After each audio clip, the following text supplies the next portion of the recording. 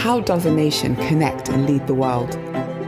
In December 2020, Saudi Arabia answered this question with a bold vision: the Saudi Aviation Strategy. Inspired by Vision 2030, this strategy is reshaping the kingdom into a leading aviation market in the Middle East and a global logistics hub, supporting economic diversification, connectivity, and innovation. Saudi Arabia aims to connect 250 destinations, welcome 330 million passengers annually, and boost air cargo capacity to 4.5 million tons. In 4 quick years, the kingdom has shown the world how to make such a strategic vision a reality. In 2021, GACA transitioned to a regulatory role, transferring airports to Matarat Holding. This marked the beginning of a new era, attracting 100 billion in investment opportunities, embracing privatization, and fostering cutting-edge infrastructure development to connect the world, supported by the launch of the Air Connectivity Programme. The 2022 Future Aviation Forum united global leaders to shape the future of flight. Saudi Arabia was re-elected to ICAO's council and chair of the Arab Civil Aviation Organization. The Riyadh Integrated Logistics Zone positioned Saudi Arabia as a logistics powerhouse. Neom Bay Airport opened Saudi Arabia's newest city to the world.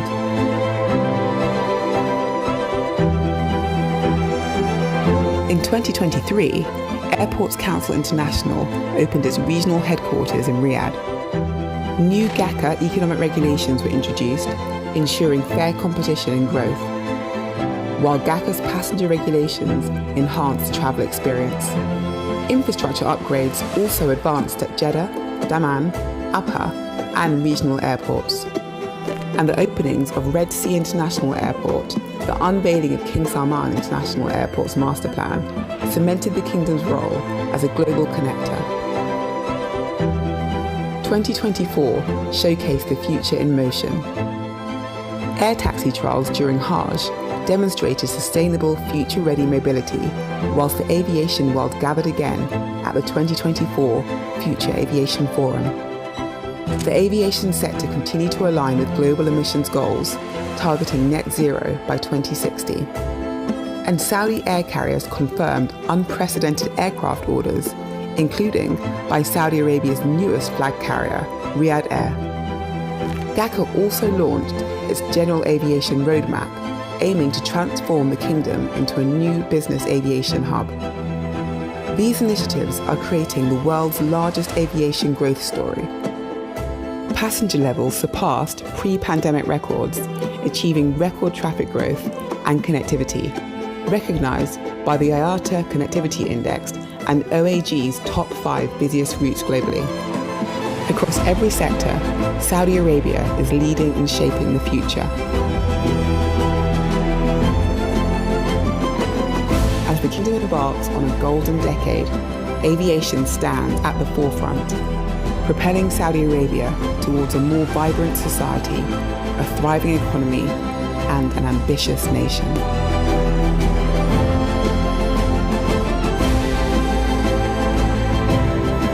Saudi Arabia, where a kingdom's vision takes to the skies, shaping the future today.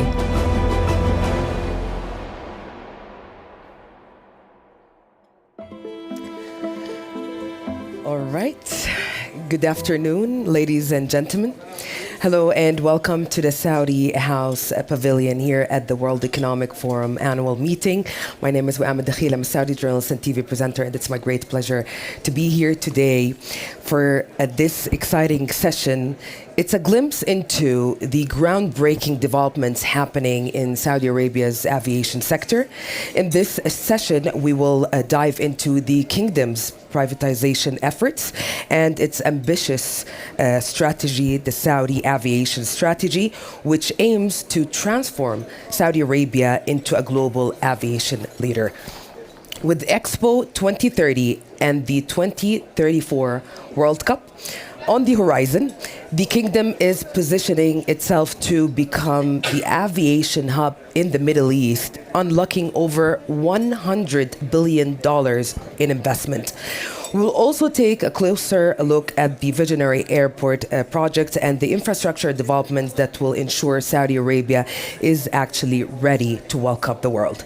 Please join me in welcoming my esteemed panelist, Engineer Mohammed Al-Khrisi, GACA EVP Strategy and Business Intelligence. Hello and welcome. Well, as we see in the video, there was a question actually that will navigate this conversation. How does a nation connect and lead the world? Saudi Arabia actually answered this question with a very bold vision indeed. And I cannot help but to start this session with the impressive $100 billion in investment. Can you outline how the Saudi aviation strategy is actually designed to fulfill and deliver such an ambitious goal?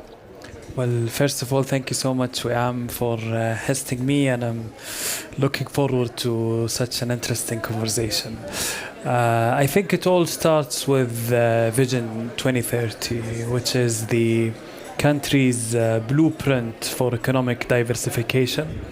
When introduced, Saudi economy was basically a commodity-based economy or oil-based economy, and the program was to diversify and introduce, new sectors, new activities, and grow our non-oil revenues as well as non-oil GDP. And one of the main sectors that was introduced, and I think it was greenfield, is tourism, basically. And the saying has it, there are no tourism without aviation. Aviation is a sector that connects people, is a sector that can serve as a mean to exchange culture, tradition, business deal, trade, cargo, partnerships, even thoughts exchange, and most importantly, connecting with your loved ones.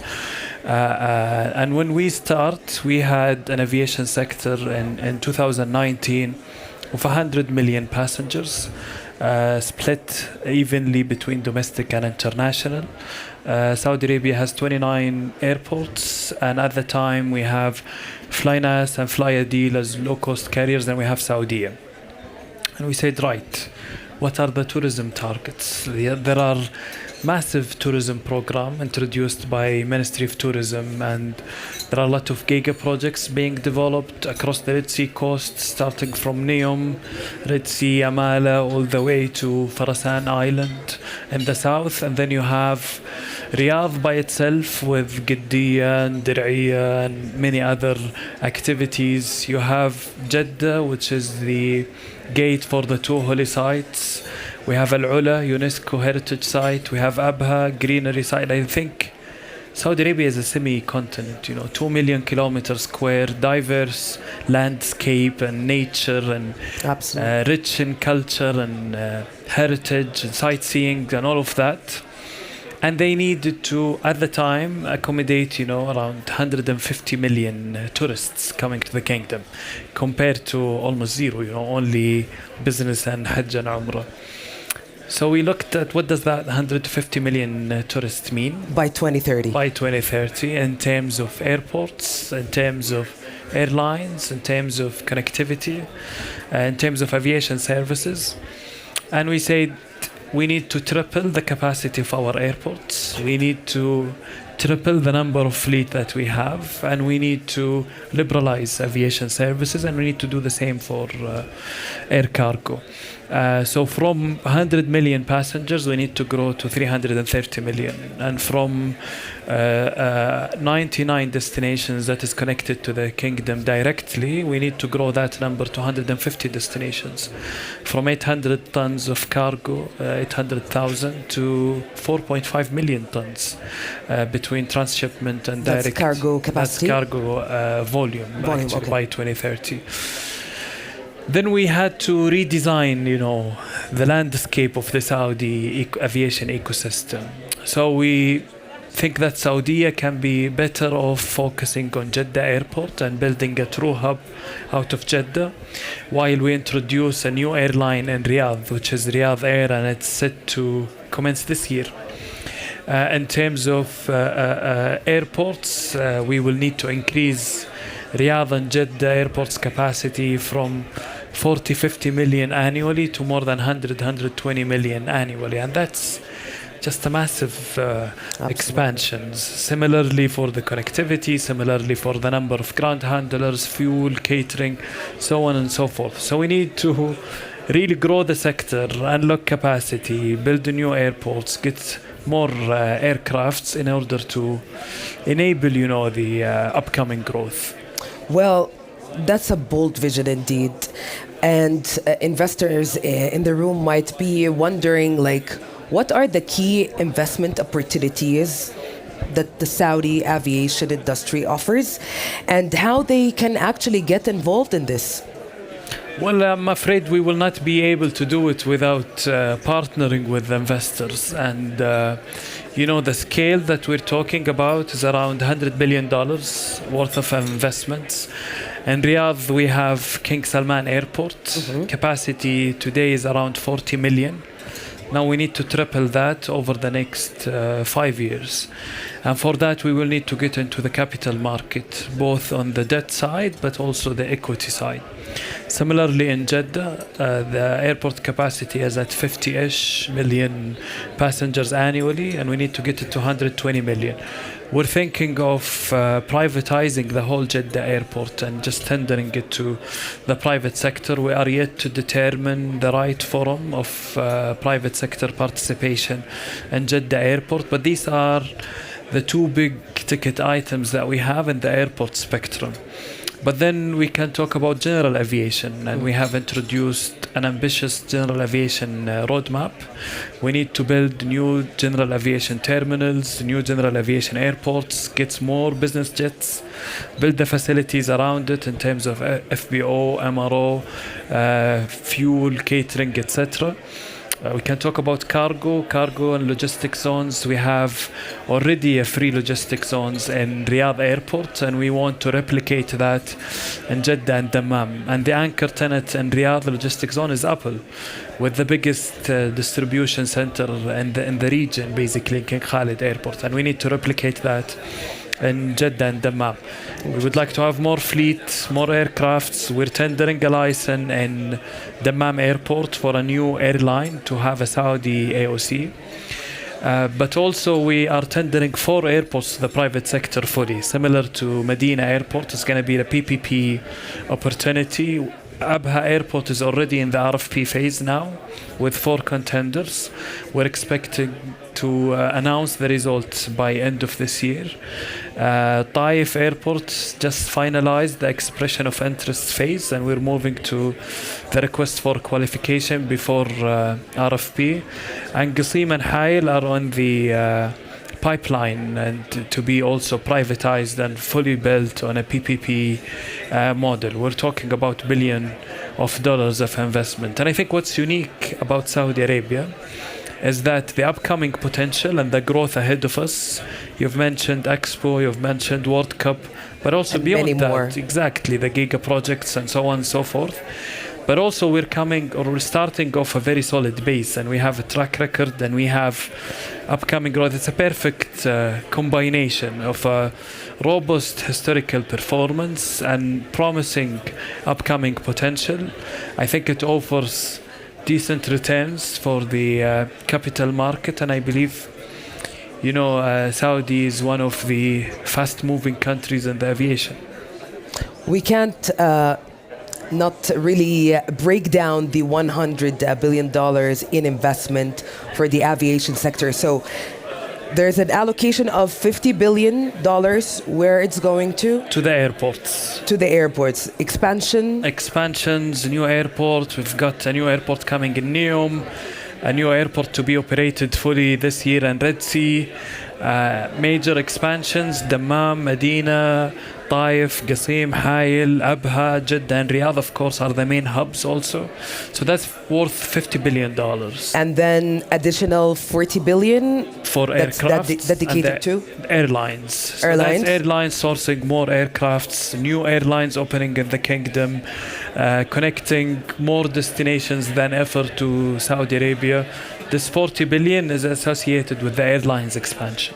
So it's airline aircraft acquisition. Exactly. And the rest, which is 10 billion? 10 billion. So the 10 billion would go to the cargo, special economic zones, general aviation, MRO, ground handling, and the rest of the value chain. Okay, interesting. So how is actually the investment activity being coordinated across the sector? Like we're talking here about the alignment between the investor and the operators, giving the scale of this big, ambitious, game-changing investment as well. Well, I think GACA pivoted from being, That's all right. From being a landlord, operator, developer to be solo regulator for the first time in the history of GACA. Now, with that, there is plenty of opportunities for the private sector to take on those assets, develop them, improve them, commercialize them in a better way, and then share the upside with the government. So we're talking about public-private partnerships where we create win-win situation. GACA will act as the sector regulator. The investor would require, stability and visibility of regulations, and that is our job, and that's what we do. We partner also with the National Center of Privatization to facilitate, the privatization journey, to address any concerns the investor may have. We work hand in hand with PIF, and PIF also is taking a significant role in realizing, these projects and those objectives. One interesting fact, when we tendered Abha Airport to the private sector, and in terms of volume, Abha ranked number 5. So we have Riyadh, Jeddah, Riyadh, Dammam, Medina, and then Abha as the 5th largest airport in Saudi in terms of number of passengers. We received 101 expression of interest from private sector and private investors from around the globe. Speaking of the investors, are we talking about local or international? The overwhelming majority are international. International. And of course, some of them elect to partner with local investors. But I would tell you, they come from North America, Europe, Asia, China, Singapore, and just everywhere. And, that is a testament to the upcoming potential of the Saudi aviation sector. Absolutely. Well, let's focus here about building the trust and also delivering results.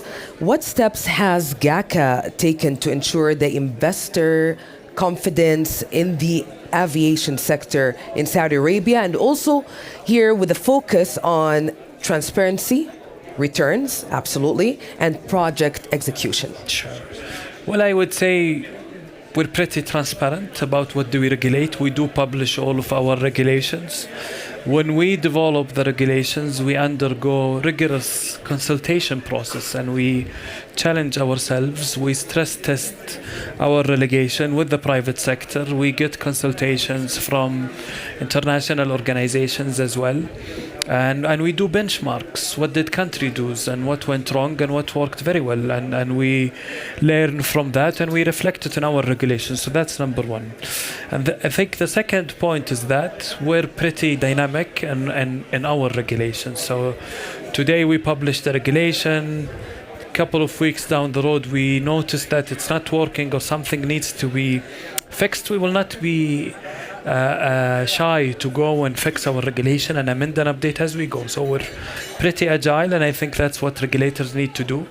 The market is moving too fast, and in order to cope up with the changes, you need to have certain flexibility and adjustments to your regulation. We do annual review, but we do also an as-needed basis review if there are any issues emerge.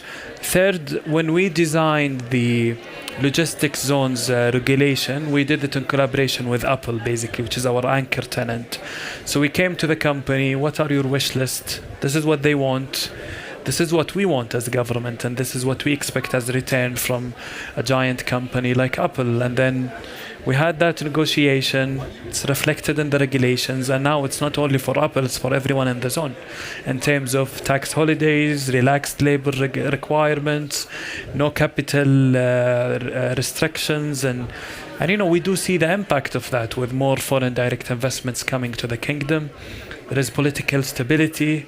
There is a clear vision and roadmap. And what's special about Saudi is that it's long-term objectives as well. And we're very keen. It's not ink on paper. It's in action, and we're living it every day. And those who come to Saudi see by themselves, the pace of change. Even for us as Saudis, we think it's too fast. Yeah, we get overwhelmed a lot of times.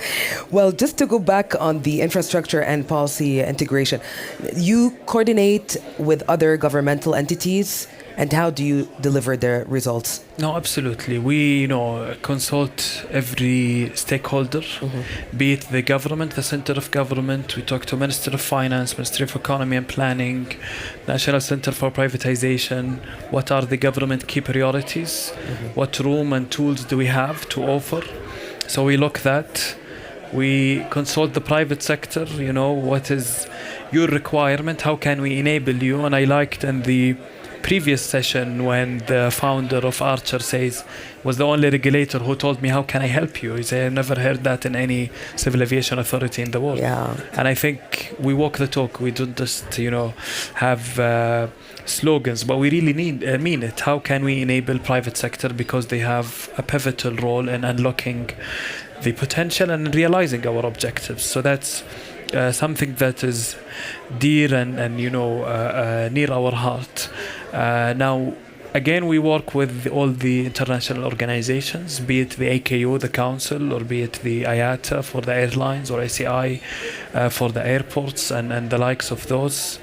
We leverage the benchmark, and we do international cooperation. As Mr. Ali mentioned in the previous sessions, we've been a member of the AKU. We chair the Arab Civil Aviation Organization, and we exchange knowledge, we exchange notes, and we share learnings among ourselves. And I believe this is how countries evolve. Absolutely. Now, can you share with us some notable success stories from GACA privatization journey? Well, I think there's a famous one, which is Medina Airport. Medina was the first PPP airport in the Middle East region. In 2012, the GACA at the time tendered the Medina Airport to the private sector. It got awarded to a consortium of a Turkish company and a Saudi partner.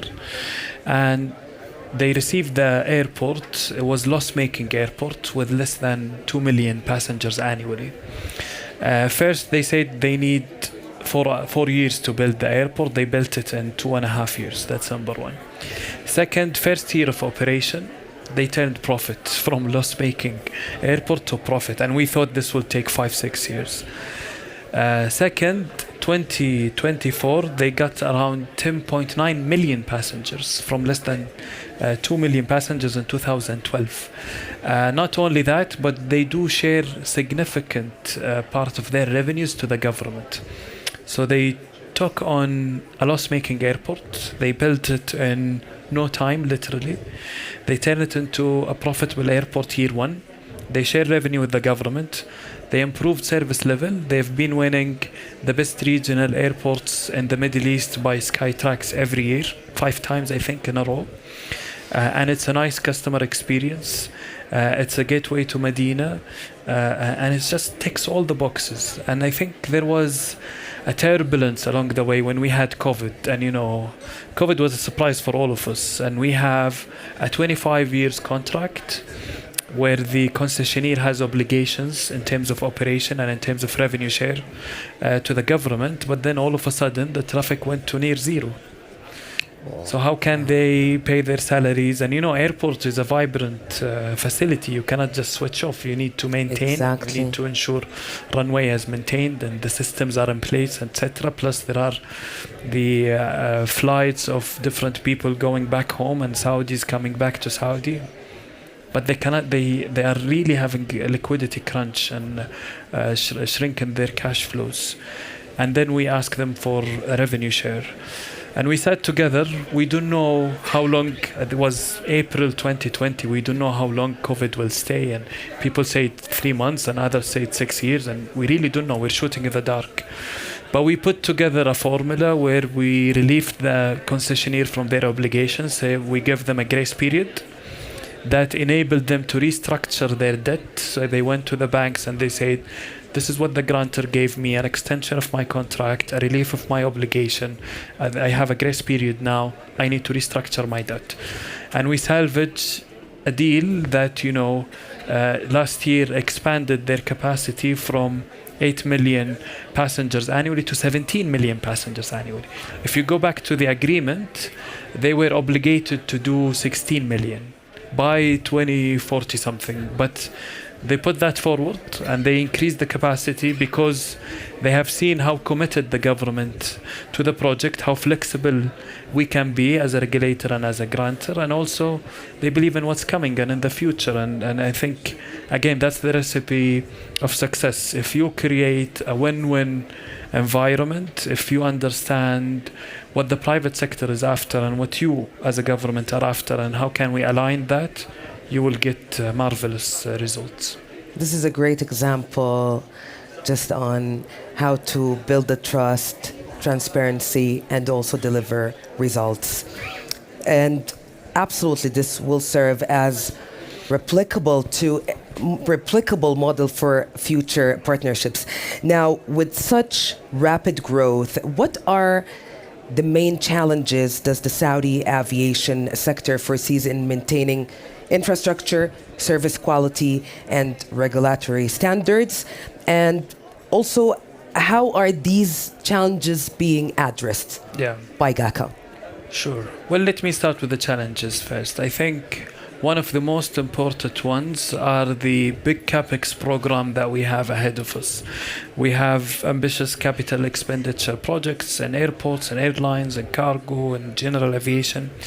And there are scarcity of resources. There is only so much what you can do as a government. And then how can we partner with the right investors, private sector, locally and internationally, to participate with us so they have their returns and we achieve our objectives. So I think that's one of the most important challenges, funding. And I think it's one of the main topics discussed at WEF.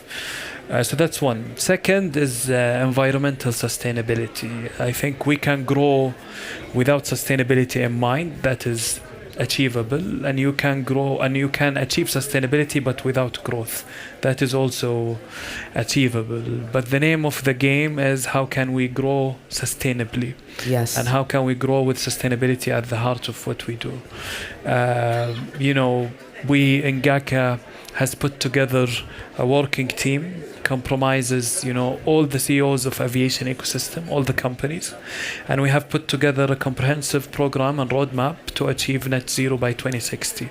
And I believe it has to be cohesive and comprehensive approach. So we look at the airports. We have Red Sea Airport is the first carbon neutral airport in the region.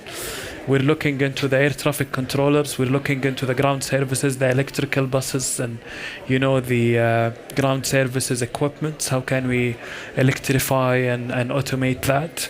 We look into the airlines, what kind of fuel that they need to use to reduce carbon emissions. Now, SAF, of course, is one of them, but it's 3x the cost of the conventional fuel.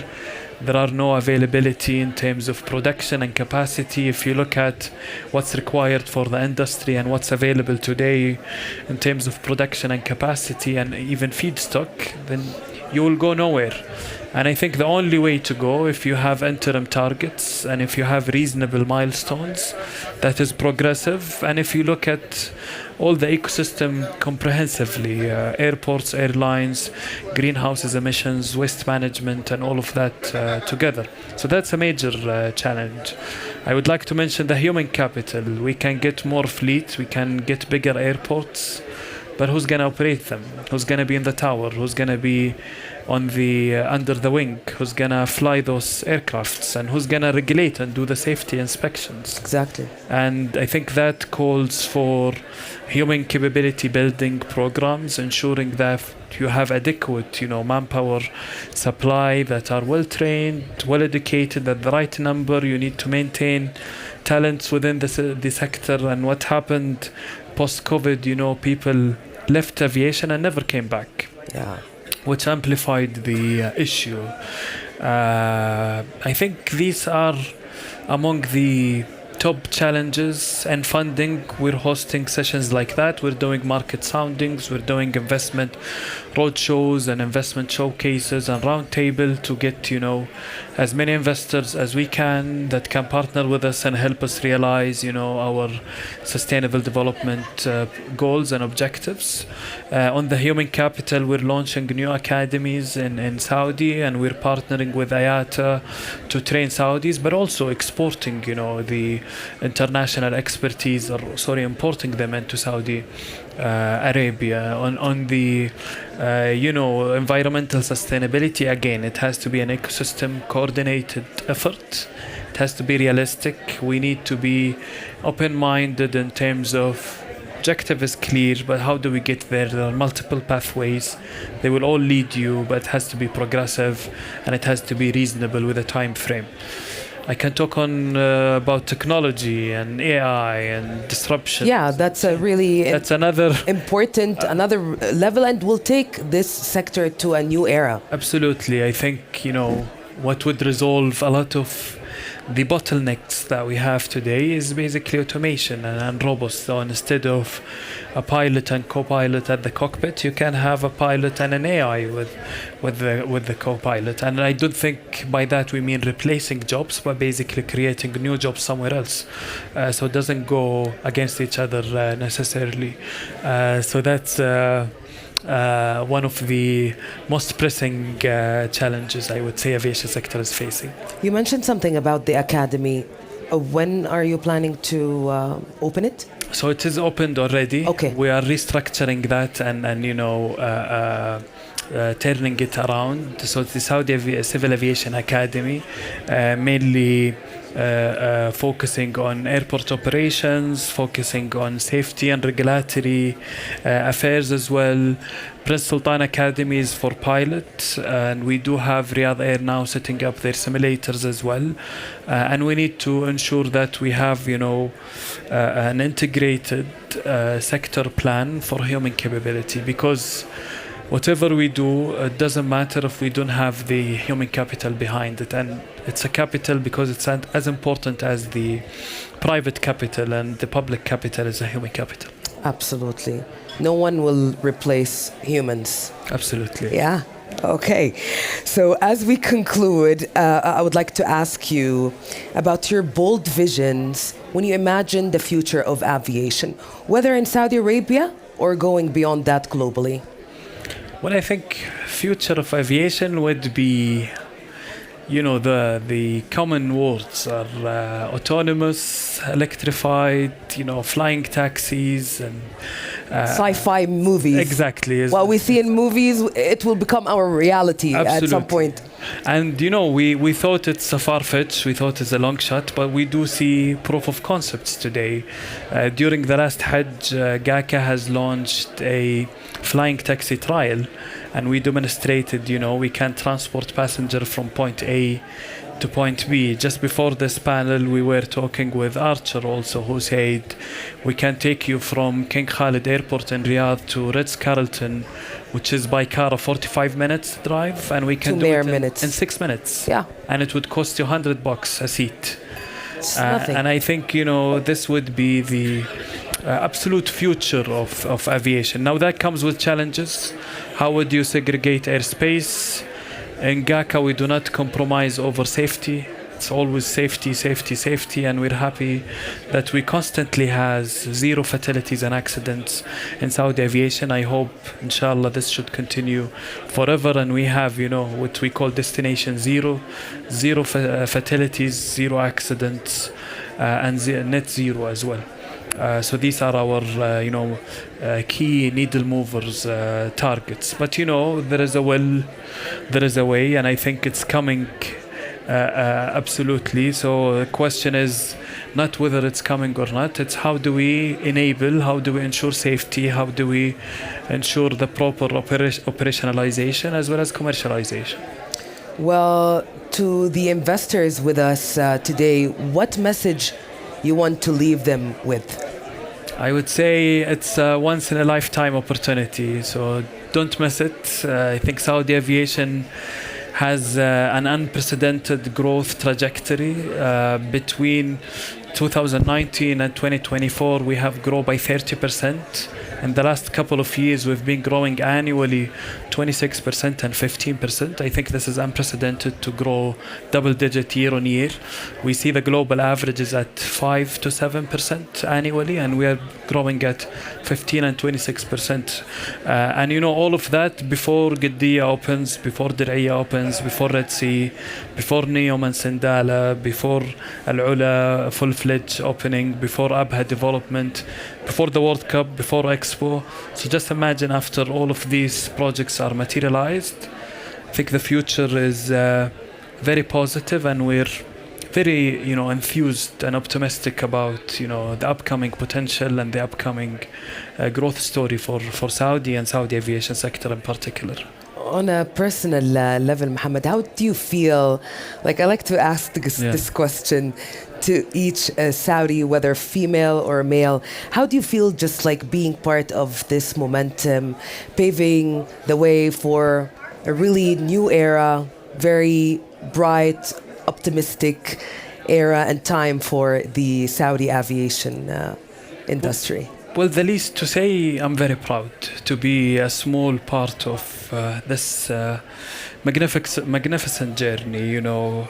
We're writing history. We might not realize it, but this is generational stories that we are writing today.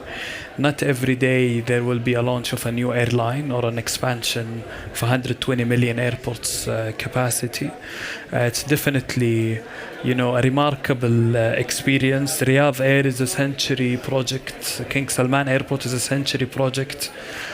I think Neom is a millennial project, not century. And, I can't be any prouder to take part of this exciting journey. And the beauty of it, we work with talented young male and female in Saudi, even what we call the Saudis without passports, the international expertise for helping us realizing our objectives. And we're Team KSA, and we're so happy, eager, keen, enthused and optimistic. Amazing. I'm loving the energy. And I want to open the floor if we have any questions. We have this gentleman. Is there a mic, please? We have QR codes that you can scan and write the questions down. Yeah, sure. You can get a microphone. Yes, please. Absolutely. حياك الله وعليك. خلصنا Q&A الحين. Q&A. Almost done. Maybe I'll buy time. I encountered one of the investors and he just asked one simple question. How does Saudi Arabia's approach to aviation investment stand out from other countries? What would you reply on this? Well, I get these questions a lot, and especially when we meet with the international media outlets, they will ask, oh, are you rivaling UAE and Qatar? How would you compete? But I don't think it's that, narrow view. To me, each country has its own competitive advantage, and each government should work to the competitive advantage of that country. For instance, Turkey is in the middle of Asia and Europe, and they have an advantage of connecting any point in Europe to Istanbul 3 hours and any point in Asia to Istanbul another 3 hours. That's a competitive advantage. Anyone should go and try to mimic or replicate that model might not be successful. Yeah. I think what Dubai did in their aviation sector is also remarkable, of connecting east to west. But 60 to 70% of their traffic is basically transit passengers coming from China, Australia, to America, and transiting through Dubai. In Saudi, it's quite different model. We have 128 million passengers. Transit passengers are nearly 3-4 million, so it's negligible. 50% is domestic, and aviation is the first mean of transport in Saudi. And we would like people to come to Saudi to stay, to experience Saudi, to go to Al Ula, to perform the religious Hajj and Umrah if Muslims, or to go to Abha and see the mountains, or go to Hail and see the desert. And there are plenty of stuff you can do, and this is what we are after. So our main competitive advantage is that we're 2 million kilometers square, diverse landscape, rich in culture and history and in heritage, religious sites as well. We're hosting sports and entertainment events, and we're also in a strategically location, crossroads of 3 continents. So we're 8 hours from 80% of the world's population, or 70% of the world's population. That's our competitive advantage. That's what makes Saudi different than any other country. I like that. It's not only an answer, it's an invitation to everyone who wants to be part of this momentum. And I think the question is ready. What's the approach to intermodality? Do you see a place for rail to interconnect the airports for cargo and passengers? And maybe I divert this to Rayan, who can elaborate. Rayan is the Deputy Minister for Logistics Services. And we're glad that he is with us. And Rayan is basically working on linking all the logistics platforms and zone all together. One thing that happens in maritime, it affects air cargo, and what happens in cargo has an implication on rail. For example, the Red Sea disruption, we have seen an incredible uplift in air cargo due to the issues that we have there. And in Saudi, we have a master plan of all the logistics zones. So we have ambitious land bridge project which will connect Dammam port to Jeddah port. We will be the only country who's connecting Red Sea and the Arabian Gulf. It will save days in actually going the Red Sea all the way back to the Arabian Gulf by just stopping at Jeddah port and then connecting through a rail that will take you a couple of hours, and then you go to Dammam port. And I think this is a logistics game changer. And with that, we embed the maritime, the air cargo, the rail strategy. It's all integrated. And in Saudi today we work in ecosystems. So the transport ministry has the ports authority, has the civil aviation authority, has the rail authority, and the transport general authority. And we put our plans together. Actually, our strategy is one strategy, which is the National Transport and Logistics Strategy. We work in a homogeneous manner, and we're very coordinated. And I think we can spend another session talking about logistics in Saudi, And you gentlemen, you can have more conversation with Mr. Rayan Bakri and absolutely Engineer Mohammed Al Khrisi. With that, I can conclude that Saudi Arabia's aviation sector is actually setting a new era. And this is really exciting time for Saudi Arabia. The time is now, and the place is Saudi Arabia. Thank you so much. Thank you. It's been a pleasure navigating this conversation and having all of you with us. Thank you.